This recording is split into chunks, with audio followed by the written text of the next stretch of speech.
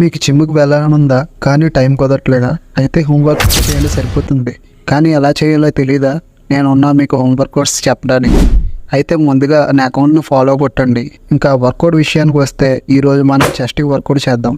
మన first workout normal pushups workout అయితే చేద్దాం. నీ హ్యాండ్స్ని షోల్డర్ లెవెల్లో పెట్టుకొని కరెక్ట్గా ఒక ఫామ్లో చేయి. అప్పుడే మీ చెస్ట్ అనేది బాగా ఇంప్రూవ్ అవుతుంది. 10 into 3 సెట్స్ చేయండి. ఇంకా సెకండ్ వర్కౌట్ వచ్చి ఇంక్లైన్ పుషప్స్. ఈ వర్కౌట్ వచ్చి మీ లోయర్ చెస్ట్కి టార్గెట్ అవుతుంది.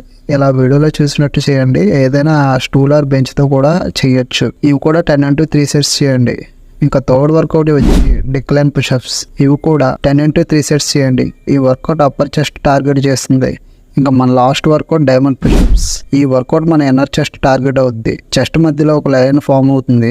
అంతే, మన చెస్ట్ వర్కౌట్ ఇంట్లోనే ట్రైన్ అయిపోయింది. నెక్స్ట్ 30 days బాడీ ట్రాన్స్ఫార్మేషన్ చేద్దాం అనుకుంటున్నా. ఎస్ అయితే ఎస్ అని, లేక నో అంటే నో అని కామెంట్ చేయండి. మీకు జిమ్కి వెళ్ళాలని ఉందా కానీ టైం కుదరట్లేదా? అయితే హోంవర్క్ చేయండి సరిపోతుంది. కానీ ఎలా చేయాలో తెలీదా? నేనున్నా మీకు హోంవర్క్ కోర్స్ చెప్పడానికి. అయితే ముందుగా నా అకౌంట్ని ఫాలో కొట్టండి. ఇంకా వర్కౌట్ విషయానికి వస్తే ఈరోజు మనం చెస్ట్ వర్కౌట్ చేద్దాం. మన first workout normal pushups workout అయితే చేద్దాం.